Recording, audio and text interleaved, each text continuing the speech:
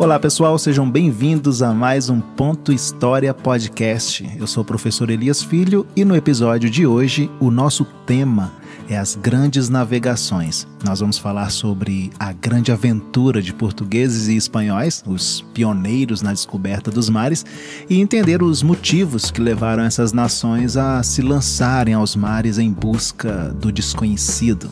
Aproveitando o tema, nós também falaremos um pouco da chegada dos portugueses no Brasil e a construção do Tratado de Tordesilhas, isso mesmo, aquele que dividiu o mundo entre portugueses e espanhóis. Então já prepara o caderno, pega a tua pipoca, em 15 segundos a gente começa, aguenta aí.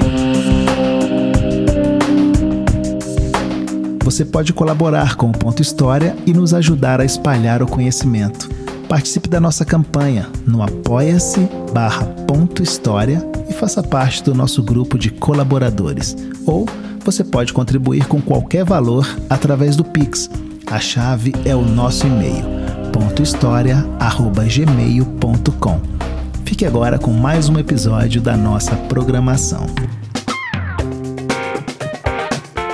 As grandes navegações.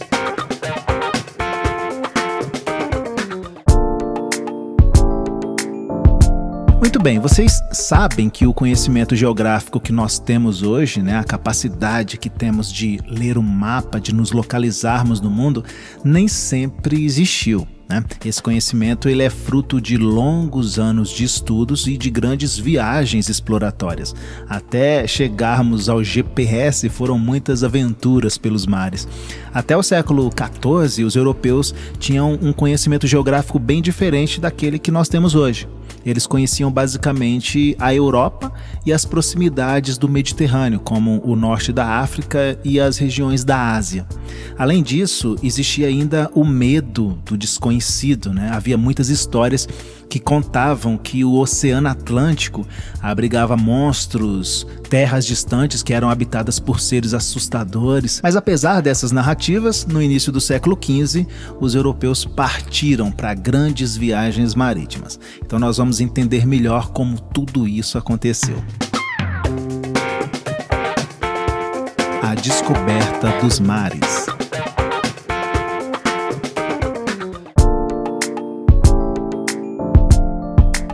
Bom, portugueses e espanhóis, movidos por interesses comerciais, motivos religiosos, eles acabaram sendo os pioneiros nas chamadas grandes navegações. A posição geográfica de Portugal e Espanha, a centralização política e as inovações técnicas contribuíram muito para a realização dessas viagens oceânicas. Nós vamos conhecer um pouco mais sobre o contexto que impulsionou a exploração dos mares, a exploração do que era desconhecido até então. Nós vamos lembrar que com as cruzadas nos séculos XI ao século XIII, os europeus passaram a consumir mercadorias do Oriente, como especiarias, produtos de luxo, as porcelanas, os cristais, a seda. Então, as rotas do comércio do Mediterrâneo eram controladas por mercadores árabes, venezianos e genoveses. Esses mercadores cobravam preços absurdos, muito altos pelos produtos. Mas em 1453, a cidade de Constantinopla foi conquistada pelos turcos otomanos. Então, o controle turco do Mediterrâneo acabou impulsionando a busca de novas rotas para o Oriente e, consequentemente, as viagens oceânicas europeias. No entanto, pessoal, nós temos outros fatores que contribuíram para que os europeus iniciassem as grandes navegações. As minas de metais preciosos da Europa estavam esgotadas. Esse é um ponto importante. Então era necessário obter ouro e prata em outras regiões. O crescimento das cidades e a intensificação da produção de manufaturas exigiam a ampliação dos mercados consumidores de produtos europeus. Era necessário ter lugares para escoar e também para explorar matérias-primas. As práticas mercantilistas, inclusive foi o nosso tema no episódio passado, também estimularam a expansão marítima. Afinal, a conquista de novas áreas de comércio era fundamental para manter uma balança comercial favorável nos reinos, que era uma das características do mercantilismo. Então, a exploração do Atlântico, do Índico e do Pacífico permitiu que a Europa articulasse uma grande rede de negócios mundiais. navegação portuguesa.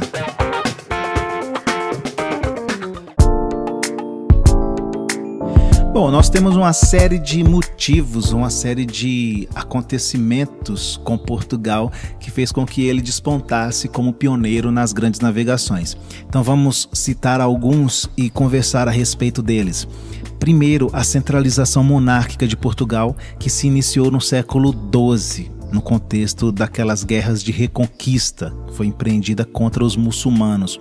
Nos séculos seguintes, nós tivemos um desenvolvimento do comércio, especialmente no marítimo, e houve uma intensificação da pesca, da agricultura e da produção artesanal em Portugal. A posição geográfica também de Portugal possibilita o surgimento de importantes centros comerciais, como os portos de Lisboa e da cidade do Porto. A intensificação do comércio marítimo teve como uma importante consequência o aperfeiçoamento das técnicas de navegação e rendeu altos lucros, aos comerciantes e à coroa portuguesa.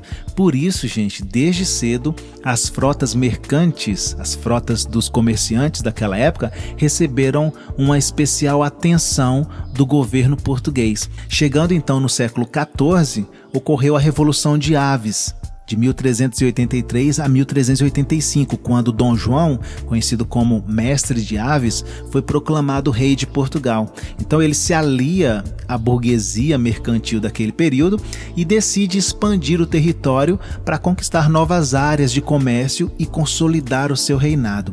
Essas ambições de Dom João para o reino português, aliadas a essa aliança com a burguesia, vai impulsionar o comércio marítimo de Portugal. O caminho das Índias.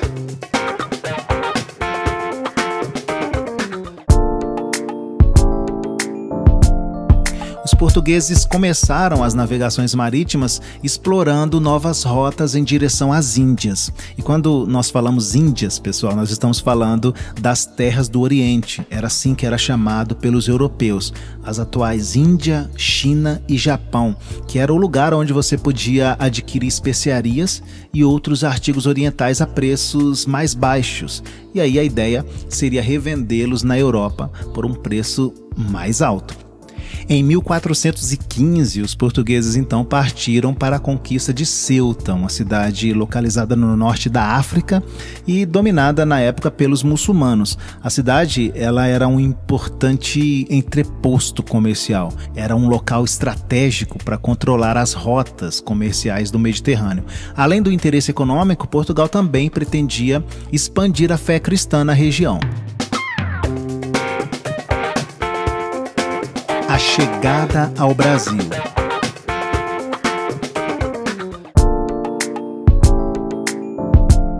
Entre 1487 e 1488, olha, nós já estamos chegando perto de 1500, tá? O navegador português Bartolomeu Dias, ele vai comandar uma expedição que contorna o sul do continente africano. Mais tarde, vai ficar conhecido como o Cabo da Boa Esperança. 10 anos depois, Vasco da Gama ele realiza o mesmo percurso e alcançou finalmente Calicut, na Índia. Era uma importante região fornecedora das especiarias. Os lucros que foram obtidos com essa viagem foram reinvestidos em outras expedições que tornaram Portugal o maior centro europeu do comércio de especiarias do século XVI. A coroa portuguesa, pessoal, tinha 3 objetivos muito claros. Era fixar entrepostos comerciais em Calicut, garantir o comércio de especiarias com o Oriente e expandir o cristianismo. Então, ela organiza uma expedição comandada por Pedro Álvares Cabral, vocês agora vão lembrar dele, que partiu de Lisboa em 9 de março de 1500. No entanto, quando ele atinge o noroeste da África, a frota desviou-se da sua rota original e acabou ancorando no sul do atual estado da Bahia. As terras foram chamadas de Ilha de Vera Cruz e mais tarde de Terra de Santa Cruz. Agora, é claro que há novos pontos de vista sobre esse tal desvio. Alguns historiadores acreditam que esse desvio não foi um acidente, mas uma decisão Cabral ele já estaria à procura de novas terras que já foram descritas por outros navegadores. É só lembrar que em 1498 nós já temos a descoberta da América por Cristóvão Colombo. Você pode colaborar com o Ponto História e nos ajudar a espalhar o conhecimento. Participe da nossa campanha no apoia-se/Ponto História e faça parte do nosso grupo de colaboradores. Ou você pode contribuir com qualquer valor através do Pix. A chave é o nosso e-mail, pontohistoria@gmail.com. Você está ouvindo Ponto História, a estação do conhecimento.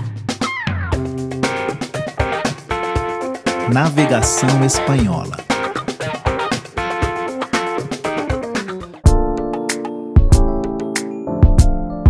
Muito bem, agora sobre a navegação espanhola, nós vamos lembrar que só depois da centralização do Estado espanhol, que foi concretizado ali com o casamento de Isabel de Castela e Fernando de Aragão, isso em 1476, e depois da expulsão definitiva dos árabes muçulmanos na Península Ibérica, é que a Espanha teve condições de se lançar ao projeto ultramarino, né? As viagens espanholas começaram em 1492, quando a coroa financiou a expedição comandada pelo navegante genovês Cristóvão Colombo, rumo ao Oriente.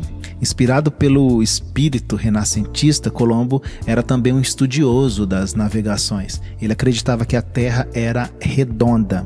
Logo, seria possível alcançar as Índias navegando em direção ao oeste. Com esse pensamento, em outubro de 1492, Colombo então chega às ilhas de Guanayani, no Caribe, que ele batizou de San Salvador, provavelmente nas atuais Bahamas hoje. Em seguida, ele alcançou Cuba e São Domingos, que é o atual Haiti e a República Dominicana. Cristóvão Colombo achava que tinha chegado às Índias e, por isso, chamou seus habitantes de índios.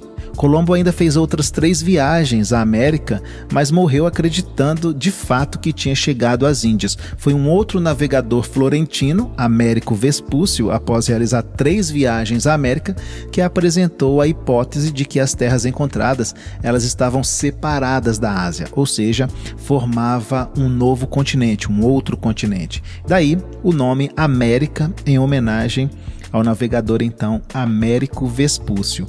No século XVI, os espanhóis contornaram o sul do continente americano e alcançaram o Oceano Pacífico. Em 1513, o navegador Vasco Nunes de Balboa, ele atravessa o Istmo do Panamá e foi o primeiro europeu a avistar o Oceano Pacífico. Em 1519, Fernão de Magalhães, em sua viagem pela parte sul do Oceano Atlântico e da América, encontra uma passagem por um estreito que acaba recebendo o seu nome, inclusive, Estreito de Magalhães, por meio do qual ele atinge o Oceano Pacífico. A expedição de Fernão de Magalhães vai aportar nas Ilhas Filipinas e vai estabelecer diversos acordos com as autoridades locais. O objetivo era participar da rica rede de comércio que havia naquela região com a China desde o século X. Durante a viagem, Magalhães foi morto por um nativo e Sebastião Elcano assumiu o comando da frota. Ele navega pelo Oceano Índico e novamente pelo Atlântico até retornar à Espanha em 1522, após quase 3 anos de viagem. Essa expedição completou a primeira volta ao mundo por via marítima, comprovando a esfericidade da Terra. Em 1543, Rui Lopes de Villa-Lobos, a pedido do rei espanhol, voltou às Filipinas para reconhecer o território e mais tarde, em 1571, uma esquadra viajou ao arquipélago com o objetivo de transformá-lo em um domínio espanhol. A partir do século XVI, nós vamos ter portugueses, espanhóis e posteriormente holandeses chegando às ilhas da Indonésia e lutando entre si para monopolizar o comércio local de especiarias. Era feito com os chineses e com os indianos.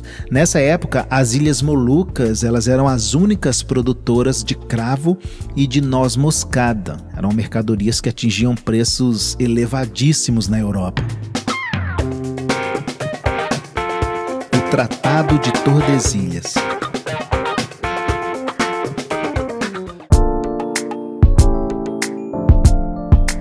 Ao iniciar as expedições marítimas, a Espanha passou a rivalizar com os portugueses, e as duas coroas se envolveram em disputas pela posse das terras que eram encontradas aqui na América.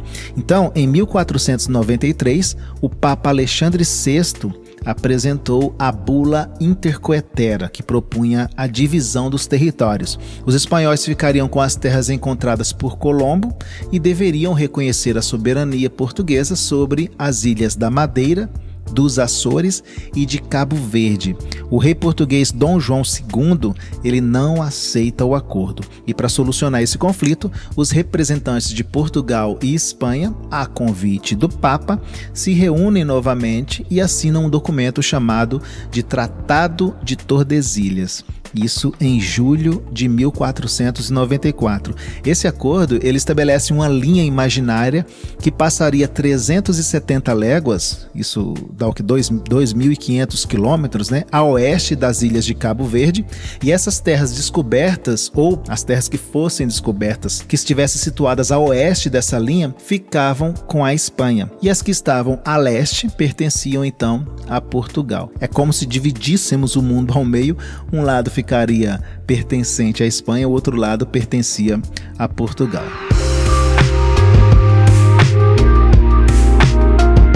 Então é isso, espero que você tenha gostado do tema e que esse episódio tenha de alguma forma ajudado nos seus estudos. Se você gostou, compartilha com a tua turma, teus professores, enfim, com quem gosta desse tipo de conteúdo, com quem gosta de história, né? Se puder, contribua também com a nossa campanha no apoia-se/.história, para que a gente possa continuar produzindo e alimentando as nossas redes com mais informação, com mais conhecimento, com mais estudos, tá bom? Um forte abraço e até a próxima. Tchau, tchau.